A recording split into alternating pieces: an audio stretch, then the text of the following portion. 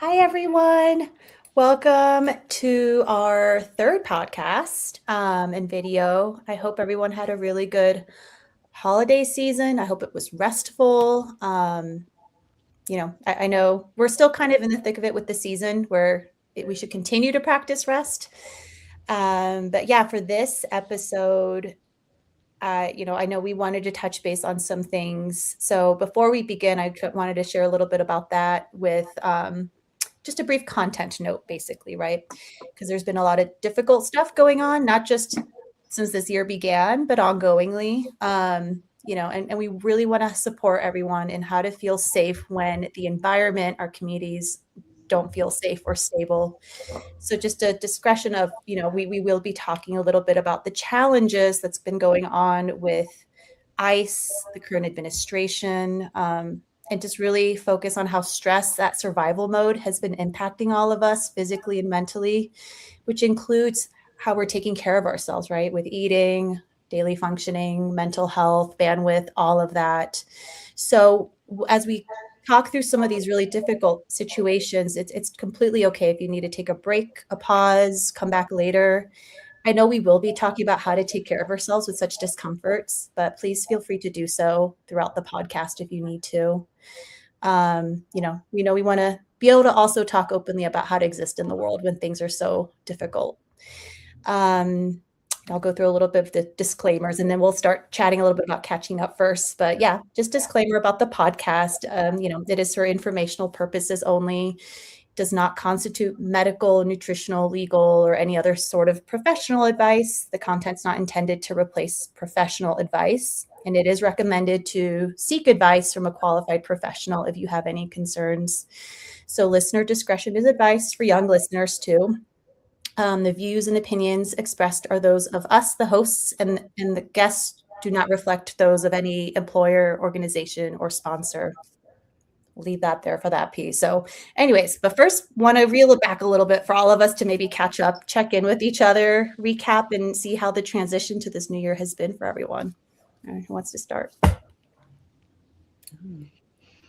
don't know. This break for me, it was really just about unplugging, being okay with less structure, and leaning into really figuring out where that lands me. Because I think a lot of the times, especially as like we've just like as a collective been starting this and we want to like get excited about getting all these things out into the world, it can feel a little challenging to slow down so soon. But I feel like we have so much we want to accomplish that we want to give ourselves that time to reflect and rest and take care of ourselves. So that meant for me like not eating at the same times all the time, but that was okay because I knew that also meant I was going to be around a lot more friends, a lot more family, and if eating was pushed a little further, I knew it at least was up and coming, and I wasn't, panicking about something not being in its usual place.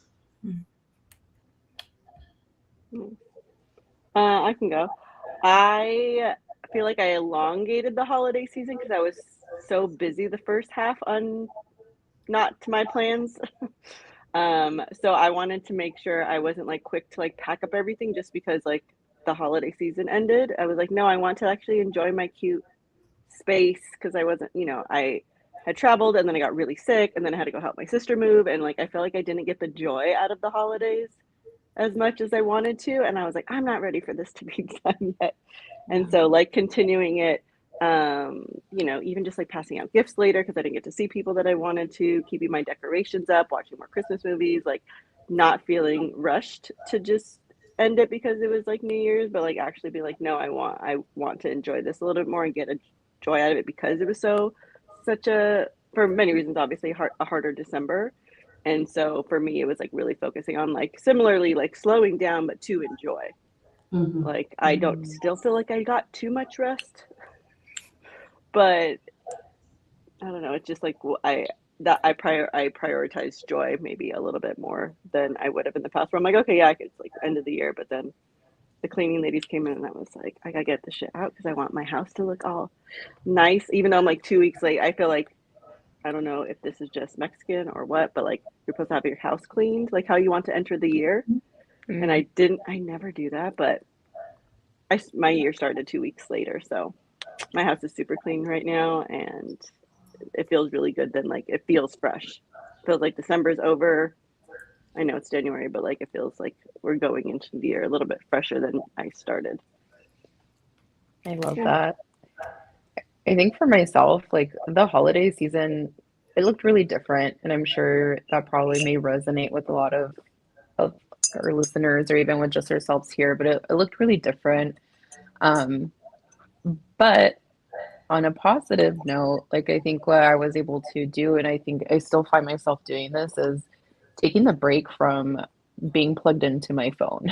Mhm. So like the scrolling, the doom scrolling, like being on TikTok and things like that on Instagram, like I've actually noticed that I kind of just like organically took a pause because I was like really busy with work and school, but it just kind of like stuck throughout the holiday season. So I think it just really helped me kind of recenter, refocus on putting that energy somewhere else, and exploring just like different things, really being able to allow myself to be mindful and present, like with my family, with my friends, right? So just being able to take that step back, it felt really nice. See, sense similar patterns. Like we all took a step Mhm. back. I mean, maybe some things were changed with our usual fast-paced routine, but that step back was so necessary. And I did similar with both of you, Vito and Stacy. Like I felt like I had to cleanse, remove things. I'm like, okay, the gunk, I don't need you right now. So it was very emotional stuff that I was kind of mentally, I'm like, let's release this physically in the house for sure. But also just taking a pause from social media and too much socializing, which is hard when this is a time of year when a lot of socializing happens. So it's honing in on what your body's needs are for sure. Definitely. And I think with all of this, it's not hopefully not something that we feel like, okay, that was just a seasonal thing. Now we advance to something new, but like, how do we still hold on to those parts that had really helped us maybe feel grounded or restful or happy? And how do we still incorporate that as the seasons change too? Like as this new year continues on when things start ramping up. Mm-hmm. So yeah, I don't know. There's thoughts on that. Like anything you all are focusing on that you're wanting to hold on to and continue with this year? I think for myself, I will say, I think kind of this new space where I'm in, like taking that step back from social media is like really helpful. Um, and I like it. So I want to see where that takes me. Yeah. Um, you know, yeah, I think for myself, that's really kind of where I'm at right now. Hmm. Yeah, I think I'm focusing a little less on production and more on my capacity, like how much can Ooh. I actually commit to versus like what I'm forcing myself to take on for the sake Mm, of, I don't know, doing good and like being in everyone's favor or something like that. Just like if I have to, how do you say it? Incomodarme, like if I have to inconvenience myself to get this done, then it probably does not serve me. And that's what Yes. I'm trying to focus on this year. that part. I All right. feel in a good, like in a positive way, like opposite, because I felt like I got to take it slow for the past year and a half. Like I got the privilege to like had gotten laid off, but got the privilege to still have what's it called when they you still have money, severance. So I Yeah. had time to like slow down and actually think about what I wanted to be doing and how I wanted to be doing it. And then luckily I had also had savings that I had basically planned for, and so it really allowed the last year to just like see if I could do what I wanted to do, if that makes sense. And now I feel like I'm in like, okay, you're doing it, bitch. Like let's go. And so I feel like I'm about to like I'm starting to hit my stride of like, okay, now it's time to like all you like business wise like really rested and really got to focus and curate what you wanted to do, and now you're doing it and now people are seeing it, so let's go. So in that way I feel like I just came off of like business rest, if that makes sense, right?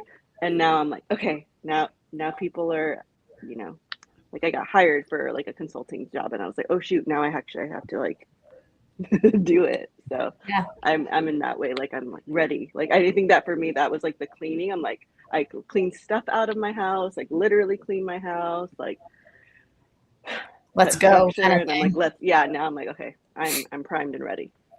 I love that. I mean, everyone is in different paces and Hmm. stages of whatever their goals are or intentions are. So I love that Hmm. that you're feeling ready for it. I think that's key for any of us. Do we feel ready for it, or do we feel like we're still holding on to a lot of baggage? Yeah. Yeah, awesome. So I hope that's, yeah, for folks listening, like to keep that in mind. Everyone's in different rates and stages, and just to keep checking in with yourselves, hone in on that. I know we wanted to bring up with some difficult stuff is like, how do we maintain this pace of working with ourselves, growing, healing, when then there's a lot of crap going on in the world?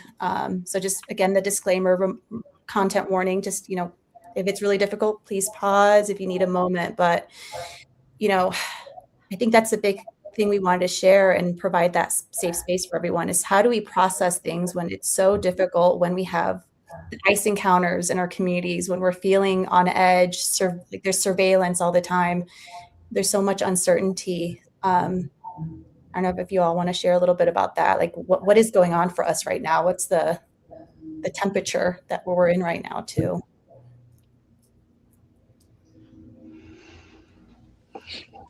I think it's important to note too, or just like I don't know if this is helpful for the viewers or the listeners, but like we're all like we live in different parts of the United States, True. right? And so Yeah. like how that affects like how it looks different, right? Like I don't know, I'm not going to share where everyone lives because I don't know how comfortable people feel, but like we knowing that we all live in like bigger metropolitan areas, right?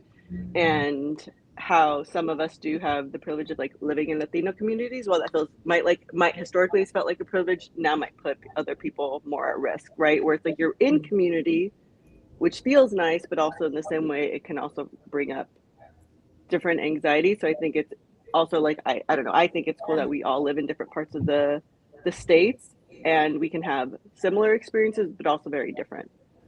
Hmm. And I'll let obviously people if they feel comfortable sharing or not, but like I live in the LA area, and so what my views of it and watching Minneapolis happen feels very it's interesting to see what I thought was a predominantly white area go through those raids and seeing how people are showing up, which feels different than in LA, where it feels like when it happened in LA it was still just I felt like visually seeing everybody, it felt still like majority people of color showing up Mhm. Hmm. for the protest. So that part's been just visually interesting, Mm. knowing how, because yeah, Minneapolis, I'm Yeah. like, oh, go white people, like yes, Yeah, who would have thought? yes, you should, Thank like you, allies. Yeah. yes, like you know, whether if they had been showing up or just joined the party, it's like okay, like We're not Yeah. alone in this, right? Like we're okay, thank you, because it's mhm, scary. yeah, Yeah. And I think a lot of us have done, like, like people of color, BIPOC folks have set the stage up so well that now they are able to come and do the heavy lifting for us, right? Like, as allies, be there and provide that, like, safety and advocacy so that we don't continue having to put ourselves at risk just to try to catch up in the race. And even for me too, like kind of like what you were saying, Stacey, like I'm in now being in Chicago in a predominantly Latino neighborhood, I was so excited. I was like, I'm going back home. The biggest joy over the summer was seeing the viejitos on their porches and their white plastic chairs, hearing music blasting, and I was like, yes, this is a dream come true. To that, like feeling like it got, I don't know, ripped apart in a way that was like, whoa, wait, this was home and now this home is at risk. And seeing how in front of me the community being outside lessened and lessened so quickly. And everybody was just like, even going down, two streets up was do I really need to go there today? Do I have everything that's vital for me in my home? Or do I have to maybe reach out to a family member for them to go get it for me because I don't even know who's waiting at the place I need to go to. Seeing a lot of people organize and build, like safety kits and include cards for people to know their rights. It's like, wow, this is like actually happening. And similarly, like because it's predominantly Latino, like I was not seeing what or how white communities were being impacted or what the responses were being. And Minnesota was like, not, I can see now what they're starting to kind of like catch up to speed on. And I'm okay taking a step back to recharge and let them take it from here. Yeah. That reminds me, of like what we were talking about a little bit yesterday when we were prepping for the episode, right? About like the allies, um, with, white individuals. It's like as Latinos and as BIPOC folk, like we show up for the fight, but there's only so much that, administration will listen to us, right? But being able to recognize that we do have allies, right? That unfortunately maybe we don't have the privilege of being able to be listened to because of the way that we look or where we come from. But these like white allies like allow us to be able to still carry the fight, but on a different level, right? Where maybe where we're not being seen or heard, they are, right? And I think that, just kind of seeing the different things that have been going on in the news with everything going on with ICE, like I think we've been able to see those allies like stepping up. And yeah, it's still like really uncomfortable. Like even I think just today, like I'm in the valley out here in San Bernardino, but they were like showing up that there's like ICE like in Panorama City. Like that is a predominantly Latinx community, like for sure, like 99.9, I'm pretty sure. But don't quote me on that statistic. So, but they're showing up there, right? And it's like that's still very scary. But also we're seeing in other states, right? And also here, I'm sure those allies like come up and they're showing up Yeah. now. Mhm.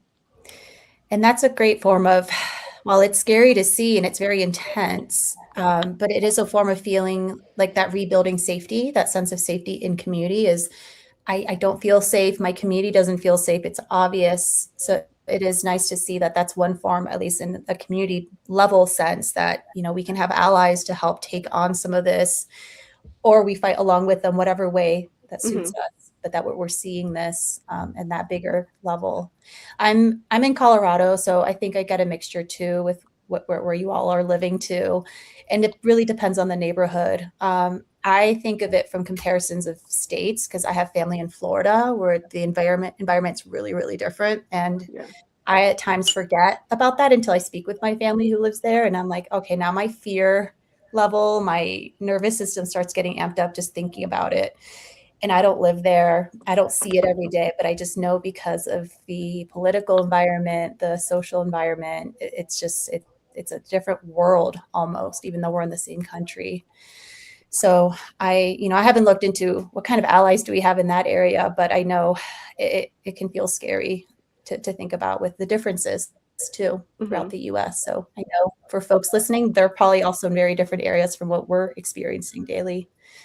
I know, I'm trying to think. I know you all listed a little bit with examples of having some safety in the moments of crisis with community, right? Like having resources, lists of knowing your rights. Is there anything else y'all can think of too? Like, what are some examples of having some sense of safety at this community level in moments like these? I think for me, like I have red cards in my like right in my where my keys go, Mm. right? To either have for myself or give out, for whoever like comes over. I've been thinking of just putting them in the mailboxes where I live, because it's predominantly Latino apartment complex or just area. Um, but I think my brain goes a lot to like, how do I help others in my community? Because I have a lot of privilege. Like I was born in the United States, English is my first language. I am like light skinned. Like I I'm way less of a target than other people who live around me. And so even if it's like prepping for, like, I made these like little cardboard cutouts, but it's like if I were to ever see ice in the streets, I can just hold it up and they can see like what the rights are, like visually see what the rights are. So I could yell it out loud, I could write it in Spanish, I Nice. could say it in Spanish. And so like if I were to ever be in that situation, I'm prepared in that way to like at least remind, obviously for me to even read out loud. Because right, if we're in that state of like panic, like you kind of get a little bit jumbled. And so like even me having easy access to like something big and visual to be like, what is your name, tell me your number, like reminding them that like I'm here for you and I will try to let someone know where you are, is helpful. It just feels like even when I see it in my car when I'm like taking in or out the groceries, because luckily I've never haven't had to use it yet, but it makes me feel like okay, like we're safe, or like we're safer, like at least like we'll know what to do if and when that happens. And like obviously I hope I never have to use that, but like the reality is it's getting worse and not better. And so just making sure I'm prepared for my community and like how I can continue to like figure out ways to show up as someone with a lot of privilege. Yeah, preparation. Yeah. Yeah, for me, I'm definitely like a prepper. Yeah. That's really helpful. Yeah, and I know we'll lean a little more in summary at the end with, okay, when we are feeling at a loss at our individual level, like let's a reminder, there's options like this to feel safe, even if it's more of a preparation, just to feel like we know what's going to come. At the individual level, I don't know, do you all have thoughts of how this has been impacting you, like with your nervous system, even like your way to care for yourself, feed yourselves? I think of, just kind of, at least for myself, like what happens when my nervous system gets a little activated, right? My hunger goes down, right? Like I may not remember that, like, oh shoot, like I haven't ate, like that's not the top of mind, because my top of mind is like my safety and like making sure that I'm like okay and whoever else I'm with is okay. So for myself in situations like that, I haven't been detained by ICE, but like I would just probably shut down. Um, and even just with some of the, seeing and hearing, just like with the current administration and just things like that, like it does something to you, right? Um, Whether or not we've gone through it personally or not, like I think we all know someone who is impacted or can be impacted by what is going on. So for sure, like my body shutting down is one thing that I know will happen and does happen, right? Forgetting to eat, forgetting to nourish myself. Yeah. I think when our bodies are constantly scanning for danger, it really can impact our cues for hunger, for fullness. And I think I oscillate. There are times where I will also forget and it gets really dim. And there are times where like I think in panic and like everything just feels like chaos. And I'm like, okay, I have lost my forms of coping, and now food is like many times for many people the one thing that comes to mind immediately that gives me a sense of control and some kind of like hug. And that's where I also feel a little dysregulated. But in those moments I think it's very easy to either think this of yourself or hear it and think of it for somebody else and say, oh well, like you're stepping back, you're regressing. It's like this is adaptive, this is not pathological, it's not somebody relapsing or failing. It's really just like their body is doing what they're biologically hardwired for. They're trying to survive. And if in these moments it means that we're not eating what our meal plans have intended to be, and either we're eating less or we're eating more, and these are moments where I'm just like, what, fed is best. If I ate something, I took care of my body, and maybe it wasn't the most colorful plate or the most abundant plate, but it got me to the next segment of the day, and I'll worry about that later. Yeah. I think that's, yeah, I'm like, how are people doing anything normal right now? Right? Like how are like anything normal, or like remembering to do things, or having, I always think of like clients that we work with, right? it's like on a normal day regulating is hard for them, and then you add this, it's like why are our expectations that the result would be, or like the end result would be the same when so much is like even much more so fighting against them, not just like obviously like societal things and weight bias, but it's like like literal danger, literal um literal threats of danger, right? Or even just like maybe they don't necessarily feel threatened. Like I don't necessarily feel like someone's going to come to my house because there's all of these, again, privileges that I have, but it's like it's the communal fear, like even just knowing that they're taking people who, if not look like me, look like parts of my family. So it's like it's to expect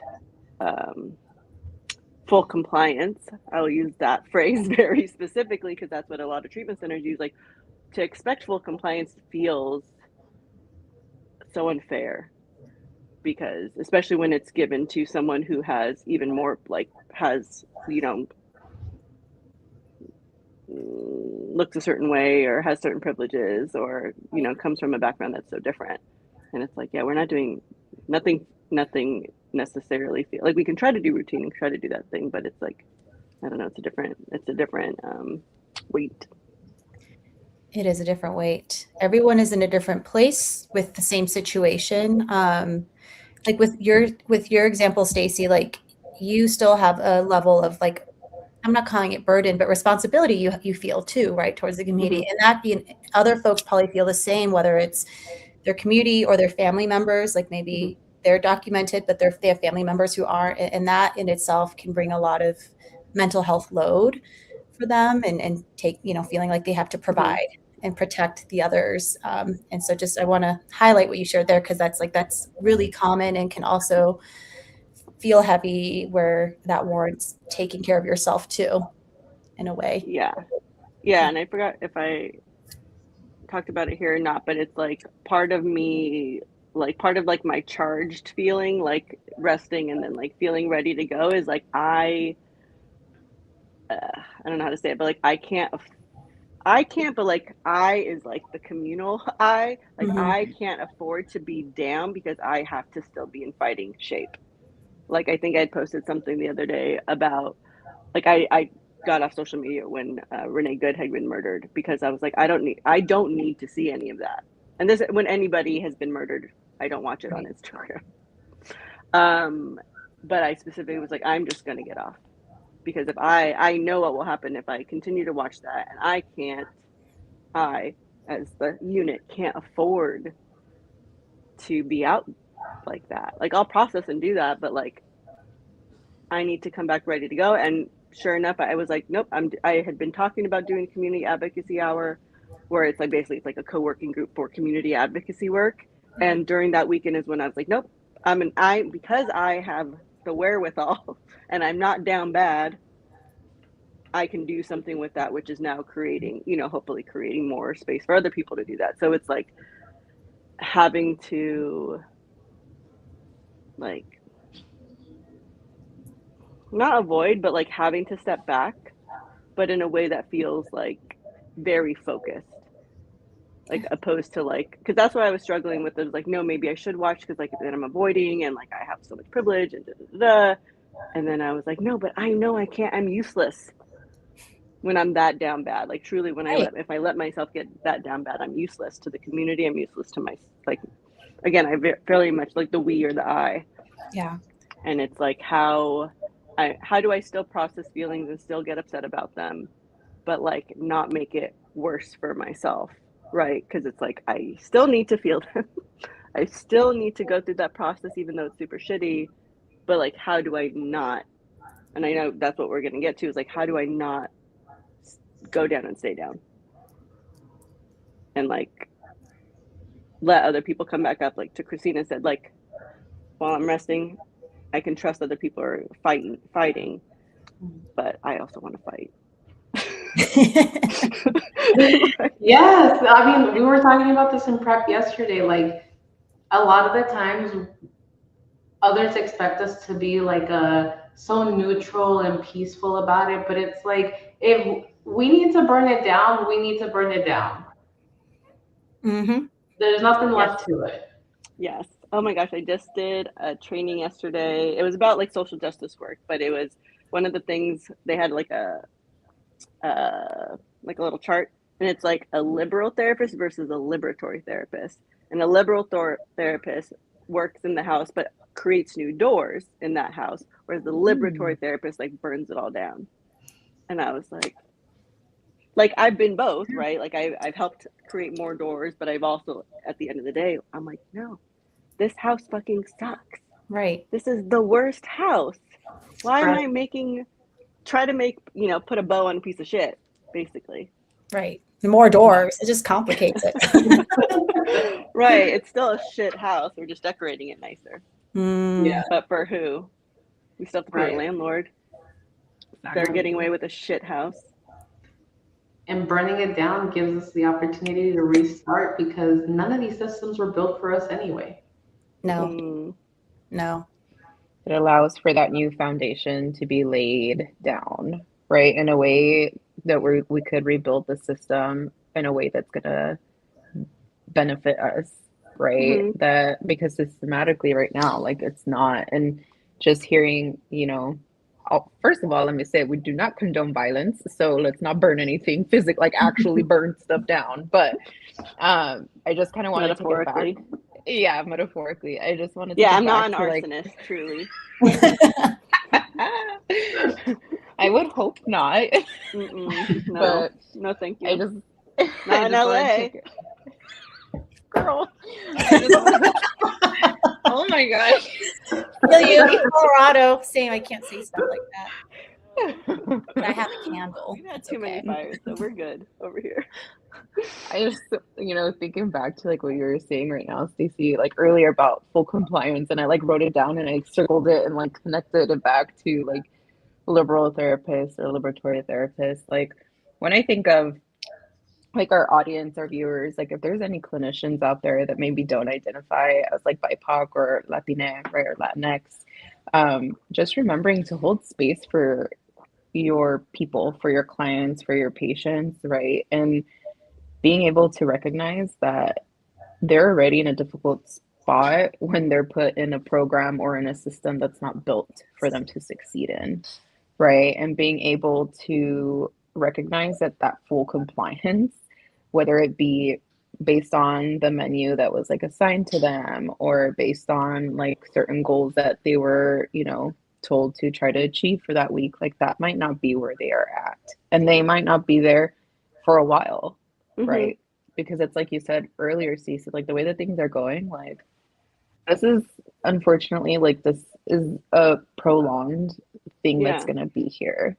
So just remembering that, right? Like you don't have to feel like, scared of having these hard conversations. It's okay to not know, right? Because there's even things that I don't know and I'm part of the community, right? But I also recognize where my privilege can get me, right? I'm white passing, like I know that, like, and that's unfortunate that I do hold these privileges, but I also allow myself to have those learning opportunities. So being able to remain open, right? And not just be complacent with being a liberal therapist, right? And just creating more doors, how you all were saying, like in a space where do we really need more doors in this or do we need to like set it on fire?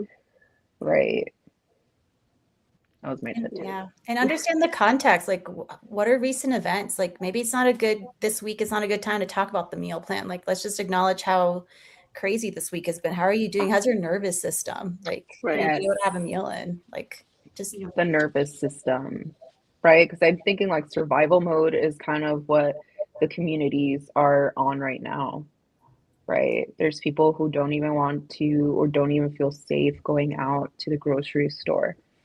They still have to have some way find a way to put food on their table. Yeah. Yeah. And we know with an eating disorder, right? Like you have that survival mode set because of the eating disorder, and then you throw in this bigger thing going on too, and or this other thing going on, same level, but your nervous system's even higher. Like the chronic stress level is even higher. So it's like there's more tending and caring to that you need when your body's already going through a lot of stress because of the disorder. and our bodies, there's a body related thing too with our identity, how we look. We feel like we're being observed or judged. And then you throw in being of another color and having so much anti-immigrant sentiment around. So there's a lot of pieces there that impacts the nervous system. So I feel like talking so much about it, maybe we can start talking about how do we help ourselves right now when things are so crazy, like is checking in with the nervous system, forms of self-support. I think it's maybe not like waiting until something bad happens to do something. Like just I think at the assumption, my assumption is if you are Latino that is undocumented or some form of documentation that is like basically if you were not born in the United States, there's automatically going to be stress, chronic stress for the next X amount of years, regardless of who you voted for. Because now I think people are being like, oh, maybe it might be me. Like, wait, those, like I think everyone is starting to experience it a little bit more. So I think knowing that is you are just going to have chronic stress for the next, let's just say, year at least, because you've already had 6 months of it. Yep. Right? So like not waiting for you to need to go to the doctor. It's like, what are things now, regardless, if I feel fine. I don't think, again, I'm trying not to separate like Trump Latinos and non-Trump Latinos, but I think the non-Trump Latinos are probably more perceptive to the chronic stress, right? Does this make sense? I don't know if I'm explaining it great, but I think it's like, just know that we are going to have chronic stress for the next year and a half, whether it's for ourselves or our communities. How do we just do things now? And is that just making sure we're drinking water, going to, I don't know, more like indigenous wellness practices, like actually searching for those things, because those are the things that worked before. Like we got to this point because we survived the LA riots in the 70s. You know what I mean? Like we've gotten to this place before because a lot of other fights and wars and things like that. So it's like they had to have done something to get themselves through it successfully. We're all from somebody else. And so it's like, what are those practices, or what did people do to help regulate? And I think a lot of it is I don't know. I think I forget to sometimes like ask my parents, because my dad grew up, like both my parents lived in East LA during the riots, or during Rodney King riots, but also too when there was just a lot of like violence between like Latinos and the blacks in Boyle Heights in the 60s, something like that, specifically in LA. And so there was a lot of like just like gang violence, and never asked them like how did they recoup from that. And I think in some ways they never got to process it. Like my dad will still talk about certain things, and I'm like, that's crazy. But yeah, like I always forget to ask like people who've been here before, how did they survive, or what did they wish they might have done differently, right? Because I don't know, sometimes you don't know you're like in the worst part of it until you're out of it. Right. Right. So leaning towards folks who've had similar experiences, listening to their stories, kind of hearing like this isn't it's unique in this current era, but it's happened before. We can come through and survive, because we're always going to survive. I think of what you're saying, Stacey, and what you just said right now, Nico, and I think of like building resiliency within like your community, your family, your circle of friends through storytelling, right? Listening to what those generations before us, like what they've gone through, right? And what they use, what tools they had that maybe we've forgotten about, right? And being able to tap into those. I also think, at least for myself, like I think of like somatic and body-based techniques, rhythmic movement. It's something I do often, like gentle swaying, right? And just being able to release like that energy that gets so kind of like built in us from that fight or flight response that we feel. And I think with all that too, like with the stress that's going to endure for some time after, realizing in it to not amplify it more, like Mhm. We're not trying to get back to what normal was back then. It's trying to figure out what our new normal is going to be, so that we're not constantly comparing what is still missing, what is still broken. These things are going to lead to new ways of living, and that's okay. And in trying to just, rebuild safety or regulate yourself, a lot of the times that means lowering the bar for yourself and providing yourself the care that matches the moment that you're in, so that you're not constantly thinking of what you're missing, but what you're actually giving yourself the chance for, whether that's the changes in eating, sleeping more, going out after that, getting some fresh air or deep breath work. That could also be super helpful to help, try to regulate and recenter yourself, and just making sure that you're kind of, I think, taking in all of the changes you're experiencing more as information and learning than a problem to fix. You're just learning what your body is going through. Yeah, that's great. And take it day by day. There may be days where you're like, I just want to fight. This is pissing me off. There's days where you're like, I need to stay in bed longer. I can't even get out of bed because I'm overwhelmed. So tuning in and acknowledging it, it's not linear, just like recovery, right? Like it's just, this is not going to be a linear day by day getting better process. So acknowledging that. So, and I'm glad we all emphasize a lot with the self, but also with community and whatever level that is with community too. Because this is not an individual thing that we have to all go through on our own. Mm-hmm. Absolutely. Yeah. And like I feel like this is the obvious one, but like having a therapist, finding a therapist, like doing those things. Like for me, like it was really nice. Like I had a white women therapist my whole life growing up. Well, not my whole life, but like my whole going to therapy life. And then finally switching to like Latina therapists, like they asked me about ICE. And I don't think that experience is always the same for maybe a white clinician will do that, and they could do that if they're more like aware, but like it was different to answer to talk to somebody who I know also is worried about it Yeah. versus that someone that's just asking me to make sure I'm okay. And so that was nice to just have space to talk about it. We didn't need to spend the whole time talking about it because it was nice just even knowing in community we are both feeling the burden of this, without having to like make the whole session about that. And so having those resources, and I think there is actually a good amount of like free resources now that are starting to become more available for community, for people who don't necessarily, if they have family members who don't like believe in therapy, or Right. like they're like not rebranding it, but like describing it just as like community circles, or making I think the verbiage more relatable than Western. And so finding those spaces, whether for you or your family, and even if you're, I don't know, um, not going to them, I think it's important to at least know that they're there sometimes for when someone is ready. Yeah. Those are some sources we can maybe try to share with this video. We'll make sure to post that with this. Yeah, Latinx therapy has a good amount of resources too, but we can reshare their hub. But shout out to them because Alejandra does a great job for the community. She's based in LA, but just posts all over the place. Perfect. Yeah. Mm-hmm. Any other final thoughts, you all? We went through a lot. Hopefully it was helpful for listeners. And me. It was helpful for me, I'll say. Like this was helpful for me to just revisit and remind myself that there are options individually, with community, with you all, and beyond.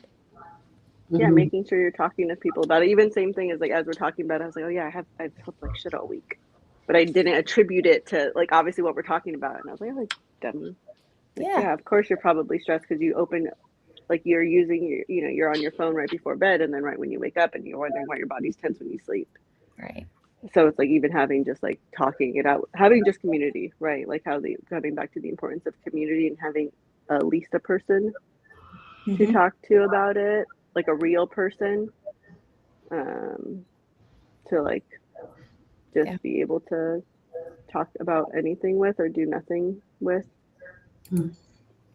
Yeah, because I don't think sometimes we always have our blind spots. We do. Yeah.